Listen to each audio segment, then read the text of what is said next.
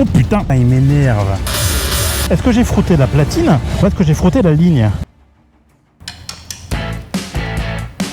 Comme disait l'un des plus grands philosophes de YouTube, maintenant rouler en cruiser, c'est socialement acceptable. On ne se traîne pas la bite, on cruise.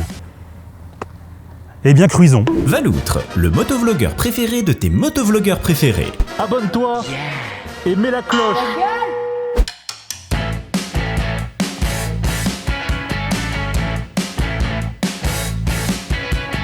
Yo les gons, c'est Valoutre, j'espère que vous allez bien et moi, comme d'habitude, j'ai déconné. Ah ouais, j'ai encore déconné parce que j'ai accepté encore une proposition de BMW Europe Touring Race. D'ailleurs, merci à eux, le sang de la veine, voilà. Et du coup, BM, ils m'ont filé ce mammouth. Que dis-je, ce mammouth? C'est un camping-car, c'est le R18 Transcontinental. Alors pourquoi du coup Transcontinental? C'est parce que Continental Uber Greifen, à l'export, c'est pas ouf. Et puis en plus, ça te fait mal à la mâchoire, donc du coup, ils ont préféré le mettre le nom anglais. BMW a directement développé ce mastodonte à l'américaine, ce qu'on appelle un grand American Tourer, pour aller directement faire face à d'autres gros clients du marché. Tu sais ceux que tu croises à fond là avec du Johnny dans les mirettes. Indian Roadmaster 1890, Indian 1770 Challenger Dark Horse, Harley Road Glide ou Ultra Glide, mais surtout la Harley Ultra Glide CVO. Alors pas CBO comme le sandwich chez McDo, hein, je suis un bâtard. C'est le top du top de la routière. Enfin, apparemment, selon Wikipédia, parce que moi, du coup, j'ai jamais roulé ni sur un custom, ni sur une grosse routière. Parce que oui, c'est mon premier cruiser. Bah ouais, vous savez, moi, je suis pas dans la dentelle, hein, je suis pas là pour peler des kiwis, mes petites dames. Alors déjà, par où commencer? Bah déjà, on va peut-être revenir aux origines. Parce qu'elles sont d'ailleurs en effet assez récentes. La R18, c'est la base de cette transcontinentale, et elle date de 2020. C'est une moto d'ailleurs qui a été présentée pendant le Covid. Cette moto, du coup, a été présentée virtuellement sur Internet. C'est d'ailleurs pour ça qu'on croise assez peu de cruiser ou de custom sauce bavaroise, c'est parce qu'en fait, ça n'existe pas. Il y a eu juste un coup d'essai avant, dans les années 90. C'était la R1200C, sortie en 97 et emmenée déjà par un bicylindre boxer de 1200 cm3 développant 61 chevaux. C'était une moto qui était plutôt bien finie pour un custom, enfin je présume vu que j'en croise tellement peu, avec une belle cartographie développant tout dans les bas régimes. D'ailleurs, c'est aussi ça la philosophie allemande, c'est d'avoir une assise qui était plutôt bien finie. Et la R1200C, c'était clairement le cas, t'étais sur un canapé. D'ailleurs, le fun fact, c'est que cette moto a servi de moto pour Pierce Brosnan dans Demain ne meurt jamais. Le seul qui a dû acheter la R1200C quasiment. Elle a donc connu sa petite heure de gloire. Enfin non, pas une heure, peut-être 37 secondes, mais pas plus. Et venue ensuite directement la déclinaison de la R1200C, la R1200CL pour Luxury, qui venait directement claquer une grosse couille au Goldwyn et au Harley du coin. Il est moche. Il est pas beau. Non, dégueu. Putain, c'est un camion le truc. Bref, cette moto n'a du coup jamais trouvé son public et BMW a abandonné l'idée de développer des customs ou des cruisers à l'allemande. Sauf dès 2015, le jour où le prototype de la R18 sort dans les tuyaux. Et là, croyez-moi, il y avait quand même du lourd. Hein. L'idée du prototype de la R18 est simple, c'est de développer ce qu'on appelle le plus gros moteur à plat jamais produit, à savoir un 1800 cm3 baptisé Big Boxer. Et du coup, c'est clairement ce moteur qu'on a ici. Avec cette architecture moteur, on va directement aller attaquer les Rocket 3, les grosses Kawasaki VN, les Harley, les Ultra Glide et tout ça. Et du coup, en 2020, sort la R18, la base de cette moto. Et c'est là du coup que BMW va prendre un constat assez simple, c'est d'allier la technologie, la modernité d'aujourd'hui avec la reprise des motos historiques d'antan. BMW vient directement faire écho à la BMW R5 de 1936 avec son réservoir goutte d'eau, avec ses petites lignes blanches. On reprend aussi l'idée du cadre triangulaire, la transmission par cardan apparent, tout en reprenant l'esthétique des cadres rigides et toute la technologie des routières Teuton de 2020. ABS en courbe, aide au démarrage en côte, poignée et selle chauffante, marche arrière, parce que ouais, là-dessus, t'as quand même la marche arrière. Bon, elle est en option, mais il faut quand même les bouger, les 350 kg de la R18. Et en 2021, du coup, BMW sort deux monstres déclinés directement de cette R18, à savoir la R18 Bagger, qui reprend la même base, mais fait 398 kg, à cause, ou grâce, j'en sais rien, à deux énormes valises rigides qu'on retrouve directement sur la Transcontinentale. Deux valises complètes de 27 litres. Bon, 27 litres, ou plutôt 26 litres 5, si tu prends le système Marshall qui est présent, parce que oui, il y a aussi du son. Et on reprend directement un réservoir beaucoup plus gros, avec un réservoir qui passe de 18 litres sur la R18 à 24 litres. Un réservoir beaucoup plus conséquent qui permet du coup d'augmenter l'autonomie de plus de 100 km. 100 km, c'est non négociable. Mais le plus gros avantage visible de cette R18 Bagger et Transcontinentale, évidemment, c'est cette immense tête de fourche. Cette tête de fourche qui apparemment donnerait un look d'éléphant mammouth. Et c'est pour ça que les Allemands d'ailleurs appelleraient cette moto la mammouth ou l'éléphant. Je sais pas, ça m'a l'air d'être du bullshit, donc je dis quand même. Qui vient embarquer du coup un immense écran TFT de 10,25 pouces avec toute la connectivité BMW. Ça, tu l'avais pas directement sur la R18 classique. Avec la Bagger et la Transcontinentale, tu as pu intégrer l'immense tête de fourche pour avoir la connectivité, donc ton téléphone, la radio les médias, les réglages, tout est disponible. Je suis presque d'ailleurs certain que cette immense tête de fourche, elle protège de tout, même des attaques de sangliers, j'en suis quasi convaincu. Et donc l'avantage de cette R18 Transcontinental, c'est d'avoir également un immense top case derrière de 48 litres. Bon, plutôt 47 parce qu'il y a aussi le système Marshall qui est intégré dedans. J'ai envie de la déglinguer. Regarde, je ne touche plus à rien. Oh mais putain, il m'énerve. Il est chiant. Et en plus il filme, donc en fait on t'entend râler. Donc là du coup on passe d'une moto qui faisait au départ 350 kg à une moto à plus de 400 kg avec le bagger. Et là on arrive du coup à un poids de 430 kg, soit 4 Valoutres ou 2 CB500,5. C'est un mastodonte. Bon, l'écran TFT de 10,25 pouces, vous le connaissez parce que c'est exactement le même écran que sur la 1250 RT. J'ai testé auparavant, sauf qu'il a été restylé avec une belle finition marron que j'aime beaucoup. Ouais, bon, c'est vrai, je suis un petit peu un kéké, vous savez. On a donc 3 modes de conduite dessus, le mode Rain que vous connaissez, qui met donc l'accent sur l'ABS et le traction control, le mode Roll qui vient du coup faire un bon compromis entre les deux modes, et le mode Rock où tu as le moins d'assistance électronique, donc très peu d'ABS et très peu de traction control. Ça fait du coup rock'n'roll, c'est un peu rigolo, c'est un peu à l'ancienne, mais je trouve ça un peu con parce que tu aurais quand même pu mettre le mode road et le mode sport, ça aurait été juste nickel. Rock'n'roll, on dit en général rock c'est avant roll, mais roll c'est moins fort que rock, donc bon, un peu de miscompréhension messieurs les Allemands. Mais bon, c'est très certainement pour mettre dans l'ambiance America motherfucker. Bon bah du coup après tu retrouves toutes les options que tu retrouves dans l'application BMW Connected, donc du coup tu as une moto qui est 100% connectée. Si, je t'assure. C'est trop bien. Tu peux mettre la musique, l'intercom, le téléphone, tu peux tout mettre dessus, tout. Tu peux même mettre ta grosse femme dessus. Cette machine développe donc 91 chevaux à 3750 tours minute et développe un couple de camions. Mais là, c'est un vrai couple de camions parce qu'on a 158 Nm de couple entre 2000 et 4000 tours minute, à savoir la puissance d'une putain de Panigale. Ouais, même bien plus qu'une Panigale pendant 2000 tours. C'est lourd et c'est puissant, mais c'est lourd. Du coup, je te l'ai pas dit, mais c'est quand même un fun fact, c'est que cette moto, avec ses 430 kg là, elle est disponible en A2. Tu sors de permis, tu te fais un kiff, t'as ta moto en A2, donc en bridé 47 chevaux, 400 kg. Incroyable. Comme t'as le couple de camions qui vient avant 3000 tours, tu peux quand même brider comme tu veux, t'es tranquille. Mais bordel, faire une moto de 400 kg en A2, on aura tout vu. On a parlé un petit peu des enceintes, mais maman le son. Oh là là, on est en Marshall Gold Series stage 2 là-dessus les amis. 280 watts. À faire pâlir tes mecs qui faisaient du Technival. Je peux te dire que ça fait un boucan du tonnerre. Et pour Skyrock, c'est nickel ça. Le son du téléphone il est pas à fond.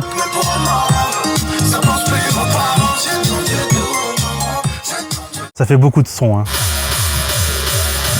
Je vais me faire virer des locaux qu'il y a derrière, je vais essayer d'arrêter de faire du son. Deux trucs assez rigolos, c'est que tu as quand même deux petits déflecteurs ici qui viennent là, regarde. Voilà, nickel. Ça, c'est au cas où si t'as chaud à tes mollets. Ils peuvent du coup te servir en cas de vent ou d'intempérie. T'as toujours le petit module ACC qui est bien intégré sur la face avant, qui est juste là, c'est super bien intégré, je trouve. Qui vient du coup en fait réguler la vitesse en fonction du véhicule qui te devance. Et ça, c'est trop bien. Enfin, c'est typiquement BMW, c'est super. Il y a plein de rappels Berlin Build partout qui montrent bien que la moto a été faite à Berlin, faite en Allemagne, dans les usines allemandes. Et il y a aussi le rappel de sélecteur qui est juste ici.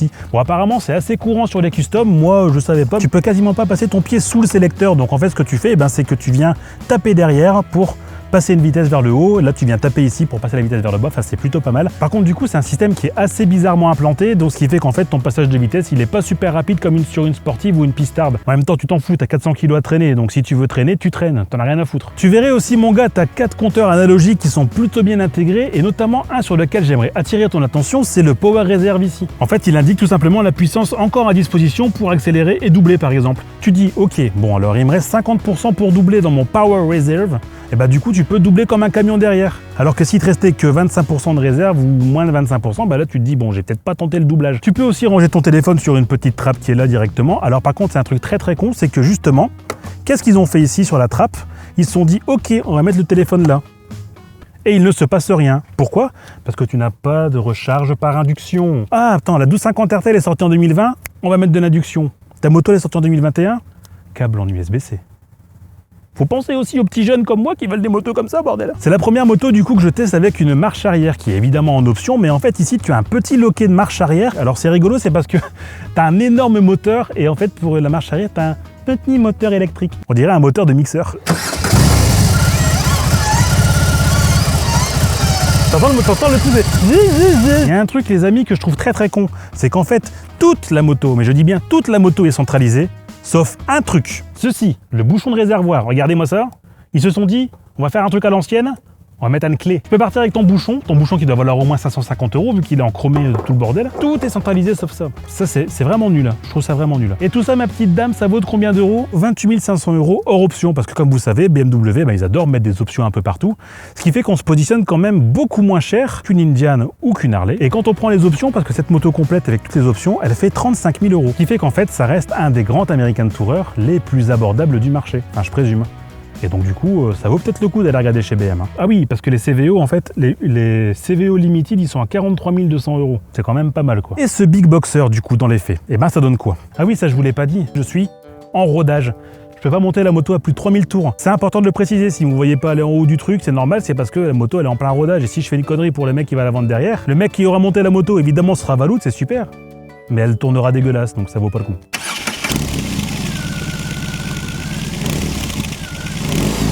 Tu vois comme la moto elle chasse, c'est insane.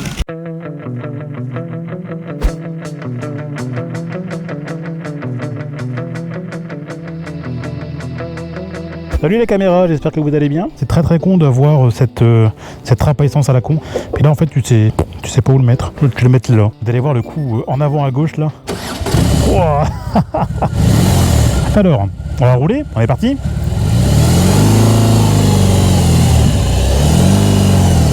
Comme je suis un sacré zigoto, moi ce que je fais, je vais rester en mode rock. J'ai pas besoin d'aide moi. Ok, t'es déjà à 80, très bien. Et tu vois le power réserve, dès lors que tu accélères, ok, accélération à fond. Ah, power réserve, il n'y en a plus.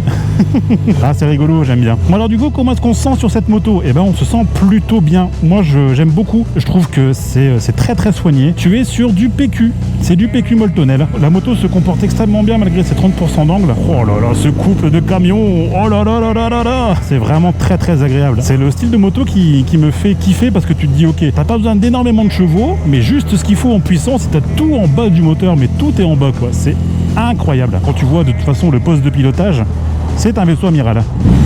Oh, le barouf que c'est. Oh, attends, deuxième, tu réaccélères tout de suite. Je vais essayer de vraiment de pas mettre trop d'angle parce que j'aimerais rien frotter s'il vous plaît. Le cale-pied il est à 3 cm, c'est même pas un cale-pied d'ailleurs, c'est une platine, elle a 3 cm du sol. Très gros bien à toi mon ami. Moi je suis le seul mec en BM qui fait des signes. Et oui, C'est vraiment pas gentil. nous voici donc sur la BMW R18 Transcontinental. Par contre ça freine relativement bien. J'aurais peut-être demandé, quoique le frein arrière il a quand même un petit peu de mordant. Et je trouve que le frein arrière a plus de mordant que le frein avant.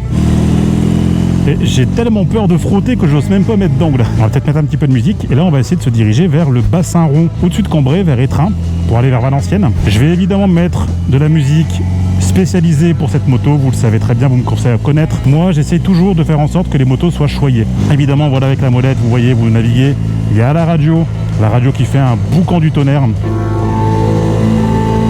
Mais j'aimerais du Skyrock s'il vous plaît. Non, ça ne me va pas ça. Oh là là, par contre, c'est un vaisseau amiral le truc. Ça s'emmène, mais ça s'emmène. Ça cruise les amis. Je suis très surpris par la qualité de l'assise. Je crois que c'est clairement la moto la plus confortable que j'ai jamais testée. Moto tout confort. Coucou. Waouh, deux tracteurs qui se croisent.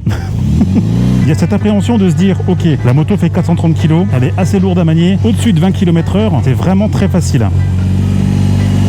En dessous, par contre, c'est vrai que bon, bah ça se traîne. Mais au-dessus, regardez, là, c'est vraiment très facile.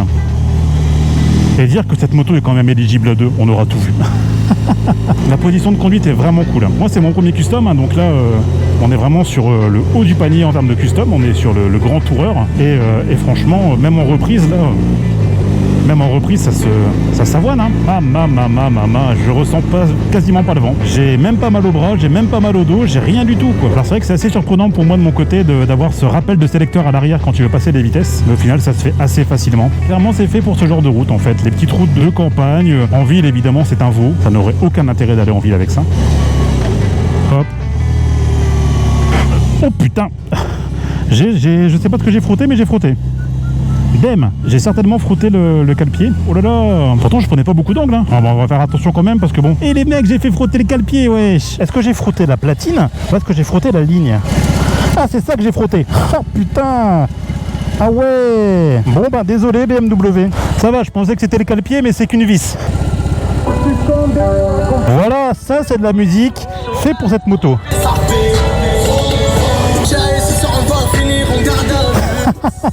Voilà, allez là on va cruiser les amis. Du Skyrock, une R18, la vie elle est pas belle. Ça c'est la vie les amis. Voilà, on cruise. Et ça c'est excellent. Vroom vroom. Ah c'est incroyable, le système son il est très fort. Vous voyez là je suis à 100 km/h tranquille. Ça reprend directement la puissance quoi, c'est insane. Wouh! Bravo! Yes! C'est royal. Je me sens bien. Non, c'est très impressionnant. C'est vraiment très impressionnant. Moi, c'était vraiment la grosse crainte que j'avais, c'était les 430 kg. Là, on se sent parfaitement bien. Putain, je prends des virages, ils sont dégueulasses. Et en fait, sans mentir, on peut prendre quand même 180 km/h avec ça. Hein. On se rend pas compte, mais c'est assez puissant. Hein. Moi, j'avais aussi une crainte, c'était avec la bulle, parce que la bulle est quand même assez basse. J'avais des commentaires disant, mais est-ce que tu vois bien la route? Est-ce que tu es bien surélevé? Mais au final, regardez, on a une très belle visibilité. Par contre, c'est clairement en effet une moto qu'il ne faut pas mettre entre toutes les mains. Si tu n'as pas confiance sur le poids, eh ben, ne prends pas cette moto. Ce qu'on pourrait se dire, c'est que ça chauffe au niveau des mollets et des cuisses, parce que en fait, tu as le boxeur qui est vraiment genre juste là. Mais au final, eh ben, tu ne sens pas la chaleur. Tu sens rien du tout. Petite déception quand même. Je m'attendais à ce que le son de la moto soit plus puissant, mais au final, eh ben, c'est très discret. À part au démarrage où forcément t'as cette moto qui part à droite à gauche et le moteur qui balance. Toi, tu vas te taire, Joe, là. Il est pas bruyant. C'est juste ce qu'il faut. Ça vient pas de bouffer les oreilles, c'est nickel. Tout pour le confort, les amis, tout pour le confort. Ah, tu sens qu'il y a de la reprise. Hein. Oh là là là là. Dès 1500 tours minute, tu sens que ça ne veut faire que reprendre et partir en furie, quoi. Madame, il faut accélérer. Non, je vais devoir vous doubler avec mon Power Reserve. Alors c'est vrai que moi, le levier d'embrayage, là, j'ai un peu de mal à l'appréhender. Tu vas déplacer une moto énorme avec un levier comme ça et ton levier, il tremble. Tout tremble en fait. La moto, elle tremble à mort quand t'es à l'arrêt. Faut l'appréhender ça. Hein. Tu n'as envie que d'une chose avec ça, c'est rouler. Oh, la reprise de camion, quoi. C'est incroyable. Je pourrais faire ça tous les jours. Salut les motards. On passe devant le canal. J'essaie de vraiment pas pencher parce que si c'est pour me retrouver encore avec la même merde que tout à l'heure, à savoir pencher avec la moto et puis frotter un cale-pied, on va éviter quoi. Oh là là là là là là là là. Là, ce virage là il est quand même vachement serré. C'est bon, ça a de la reprise partout, c'est cool.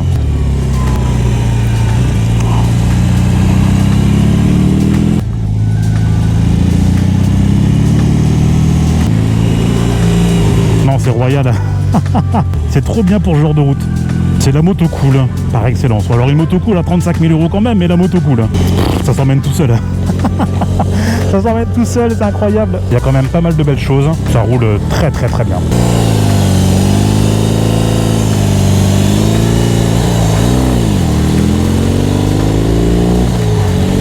Putain, le camion. Ça c'est fait pour ce genre de route hein, de toute façon, hein. C'est clairement fait pour de la ligne droite. Ce qui est intéressant avec cette moto, c'est également tous ces rangements. Déjà qu'elle manquait pas de rangement avec ces deux valises, avec la bagueur. Là, tu as vraiment un giga top case plus deux valises, et ben tu peux carrément partir en voyage à deux, en petit road trip. Et vraiment bien sympa. On va arriver au bassin là. Yes, c'est pas mal. Hein. Au bassin rond. C'est là qu'on va faire l'outro de la vidéo. Wow, j'ai décollé. On aura fait une petite balade, c'est très bien comme ça. C'est parfait ici. Super. Et bon, on va se mettre là. Oh, c'est beau. Vraiment très joli. Regardez-moi ça comme c'est beau. C'est pas génial ici. On est bien là.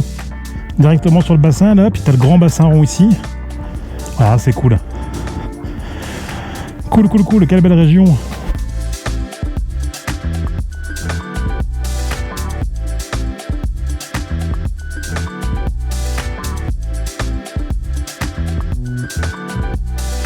Bon bah voilà, ici se termine le petit essai de cette R18 transcontinentale. J'espère qu'il vous a plu. Qu'est-ce que j'ai pensé de cette moto? Eh ben c'est quand même vachement fun. Pas fun dans le sens ça avoine et tout. Fun dans le sens ça cruise. Il y a énormément de couples, il y a énormément de patates. J'ai même réussi à faire frotter un cale-pied pour te dire. Est-ce que ça vaut le coup comparé à des Ultra Glide ou alors à des Indian ou n'importe quelle machine de type American Tourer? J'en sais rien, j'ai pas le recul nécessaire pour vous dire. Oh putain, mais c'est pas possible. Oh mais merde, il faut toujours que je sois emmerdé, c'est pas croyable. Qui suis-je pour juger alors que j'ai jamais testé d'Harley ni d'Indian? Je me suis quand même sacrément amusé. Je pense que le pari est réussi pour BM et j'espère qu'ils vont vendre plein des comme ça. Après tout, ça reste quand même assez rare, mais il peut quand même s'en vendre un petit peu. Bonjour. Et ben merci à tous d'avoir regardé cette vidéo et puis j'espère qu'elle vous a plu. Et ben si c'est le cas, n'hésitez pas à la rétribuer avec un pouce, avec un commentaire ou un partage, ça me ferait extrêmement plaisir. Merci à Flo qui était derrière la caméra pour me filmer et on se retrouve très bientôt pour une prochaine vidéo. Allez, c'était Valoutre. Ciao.